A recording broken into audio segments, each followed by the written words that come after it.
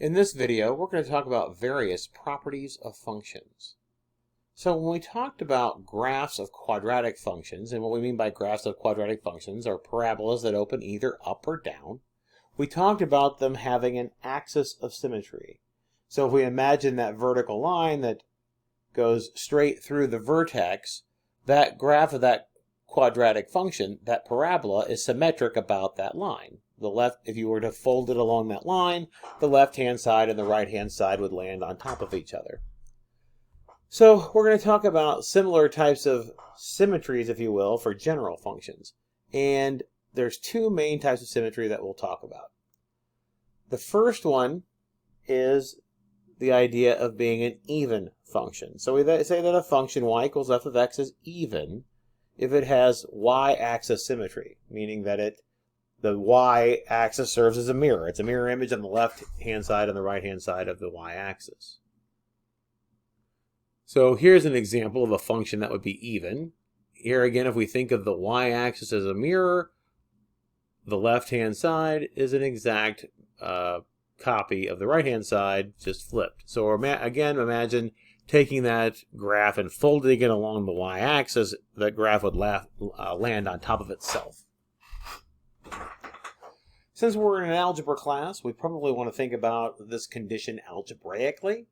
So algebraically, we say that the function is even. If we replace x with minus x, we get the exact same function back again. So why is that true? Here, if we have an even function, a mirror across the y-axis, if I put in x and get out an f of x, when I put negative x, which is the mirror image of x across the y-axis, I have to hit the same height. I have to get f of x back again. So that's our picture here. All this is again is saying is that if we were to fold the graph along the y-axis, the function would land on top of itself. All right, so that gives us y-axis symmetry. There's another type of symmetry we refer to as odd symmetry. So we say that a function is odd if it is symmetric with respect to the origin. So graphically, what does that mean? Here's an example of an odd function. There's a couple of ways you can think about it geometrically. One is that if you were to take this graph and rotate it 180 degrees, you would see the same graph. Another way to think about it is the idea of this being symmetric with respect to the origin. Over here, that's on the right-hand side of the y-axis. This, for example, this bump here is above the x-axis. For an odd function, then, I would have to see the corresponding bump be below the x-axis. Here, this graph is going up above the x-axis. Over here, this graph will be going down below. We can express this algebraically, much like what we did for even functions. Algebraically, a function is odd. If we replace x with negative x, we get the negative of the function back again. So graphically, here's what that means. Here's the point x. Over here would be the point negative x. Up here, we're up at f of x. Down here, we're at the same distance, but we're below the x-axis. So you would have the negative of f of x. Okay, so let's see if we can use this algebraic definition to determine whether a function is even, odd, or neither. So in both cases, we're going to replace the x with negative x, and then we'll simplify. So when we put in negative x for x, we'll have a negative x quantity cubed minus 2 times the negative x quantity squared. Cube a negative, it stays negative, so this becomes negative of x cubed. When we square a negative, however, it becomes positive. There was a negative already out in front, so we get a negative 2x squared.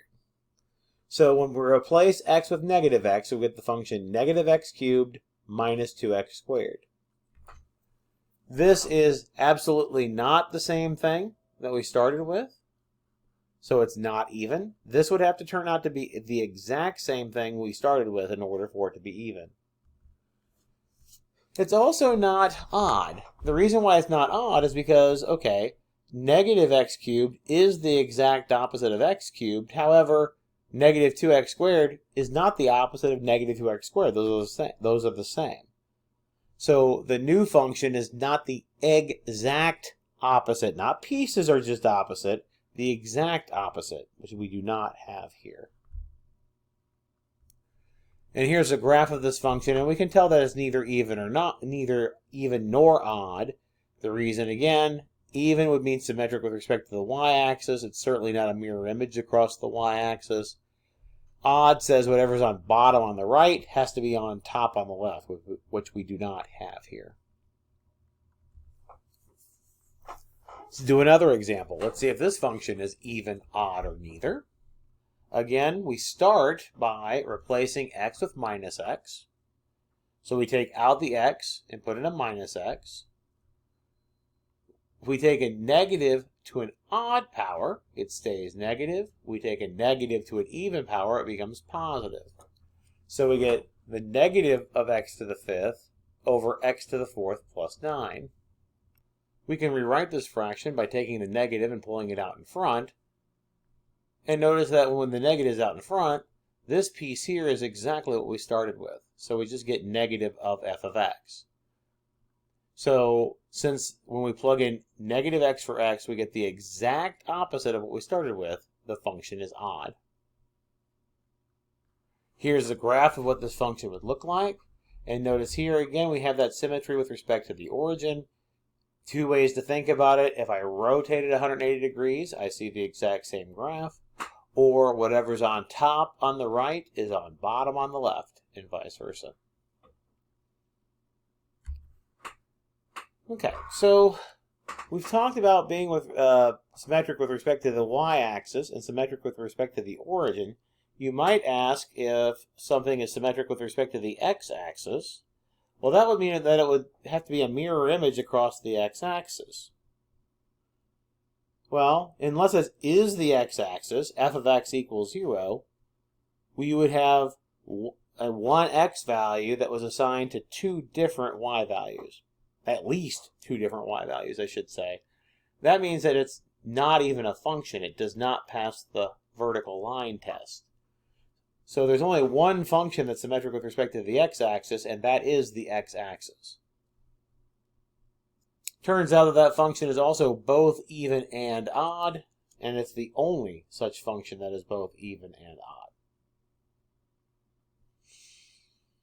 All right, so just to say this another way, if you have a non-zero function, meaning you have a graph that actually bumps up off the y-axis in one direction or the other, that function is never symmetric with respect to the x-axis, and the only possibility that you have is the function is even, the function is odd, or the function is neither, and it's just one of those possibilities.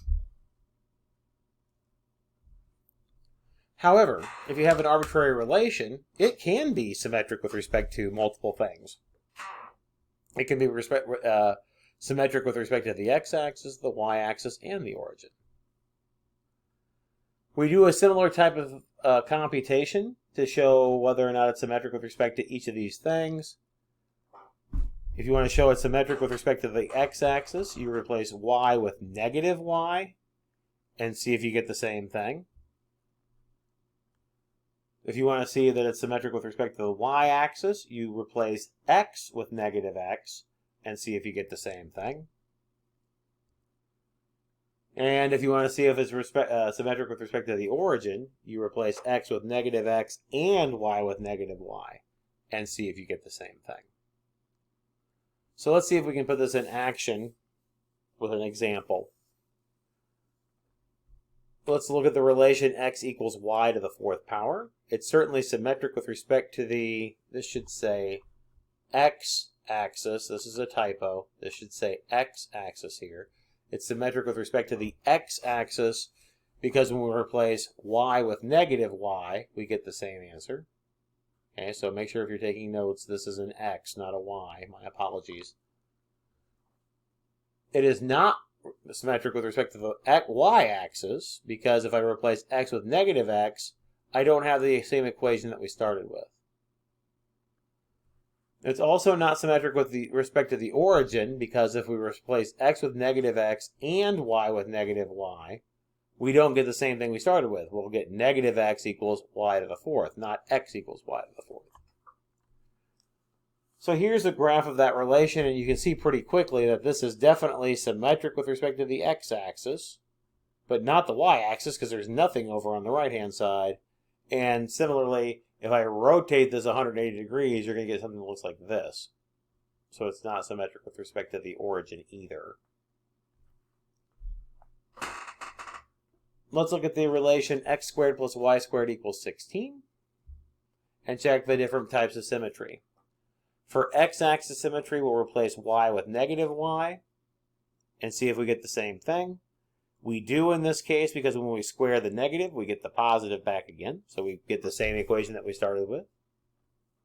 So the relation is symmetric with respect to the x-axis.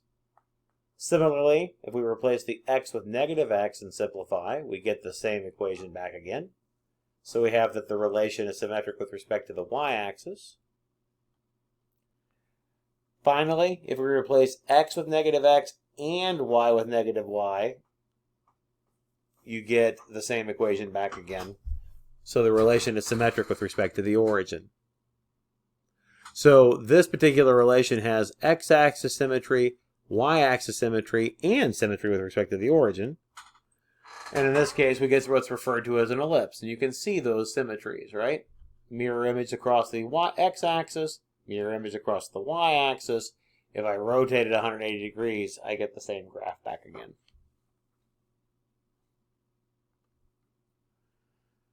All right, some other properties that we like to talk about for functions are increasing, decreasing, and constant. And we're going to read these from a graph. When you get to calculus class, you'll do this more systematically from a calculus perspective, actually doing an analysis of what the function has to do. We're just going to look at a graph and tell if the function's increasing, decreasing, or constant. So we say a function is increasing if when you plug in bigger x values, you get bigger y values. Okay, that's what this algebraically says. If I plug in a bigger x value, I get a bigger y value. It's literally all that says. Or if you think about it graphically, if you go from left to right, that's what this condition says. If we move from left to right, the y coordinates get bigger. Decreasing is the opposite. This says that if we put in bigger x coordinates, we get smaller y coordinates. Right? This is bigger. As the x coordinates get bigger, the y coordinates get smaller. Okay? So again, as we move from left to right, the y coordinates will get smaller. Well, if it's not increasing and it's not decreasing, then it must be constant. Constant just says that as you move from left to right, the y values don't change. Again, we're going to do this from a graphical perspective. So we have a function here with an example. The graph is pictured below. Determine where it's increasing, decreasing, or constant. And again, from a graph, it should be pretty straightforward to see what's going on. So for increasing, the only spot where it's going up, as you go, again, it's as you move from left to right, the function is going up. Well, the only place that's doing that is here. So it's going up from x equal to negative 1 to x equal to, well, that should be a 2. This is a 2 here. This is another typo. My apologies. I got typos in this thing several times. I apologize. X is negative 1 to x is 2. It's increasing. So this should be a 2 here. So it should say that f is increasing on negative 1 to 2. And again, these are x value intervals, not ordered pairs. These are interval notation descriptions, okay? So it goes from negative 1 to 2, x equal to negative 1, x equal to 2. We don't ever include the endpoints on these, so we're always going to have open intervals. Where is it decreasing? Well, it's decreasing on this piece. The function is falling. It's also falling on this piece. So from negative infinity to negative 1, and from 3 to infinity. So that's how I express it in interval notation here. Negative infinity to negative 1, union 3 to infinity. And again, we never, ever, ever use brackets on the interval notation here when we're describing intervals of increase and decrease. For constant, we're looking for the function being flat, and that is here between 2 and 3. So that's where we have the interval from 2 to 3. Again, we're describing these in interval notation. Interval notation always talks about the x values, not the y values. Let's talk about extrema. So extrema are just extreme values. They're tops of hills and bottoms of valleys, where the function tops out, where the function bottoms out. So this is a long-winded algebraic description of that. We have a local maximum at a value for c if in some little area around c, the y value associated with an x value of c is higher than the rest of them around it in the area. So, in other words, the point CF of c is the top of a hill. For a local minimum, it's the same idea. All of the y values associated with x's near c are bigger than f of c. So what that means graphically is that the point CF of c is at the bottom of a valley. The word extremum just means one or the other. So local extremum means it's a local maximum or a local minimum. Again, we're going to read these from graphs. Okay. This one asks us to find the x-coordinates of the point where the function has a local extrema. Extrema is just the catch-all word for both maxes and mins. Again, extrema are tops of hills and bottoms of valleys. Here, there's a top of a hill at x equal to 1.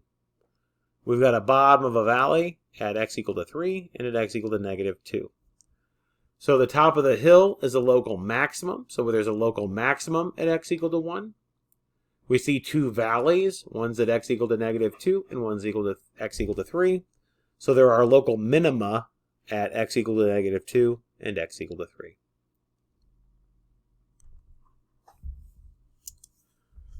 Average rate of change on an interval. If we want the average rate of change, if you think about just an average change, it's how far you went divided by how long it took. The how far you went is given to you by f of b minus f of a. How long it took is b minus a, the length of the interval. This should remind you of slope. The top is a difference of y coordinates. The bottom is the difference of x coordinates. So you really do have rise over run. Change in y over change in x. It's a pretty straightforward formula to use. So if we wanted to find the average rate of change on the interval from 0 to 2 for y equals x cubed minus 5x squared plus 4x plus 2, we will do, oops, too far back, we will do f of 2 minus f of 0 over 2 minus 0. Here's what we get when we plug in 2 for f. Here's what we get when we plug in 0 for f. And then 2 minus 0 on bottom. This turns out to be negative 2 if you simplify it. So you get negative 2 minus 2 all over 2. And that simplifies to negative 2. Here's what the graph of that looks like.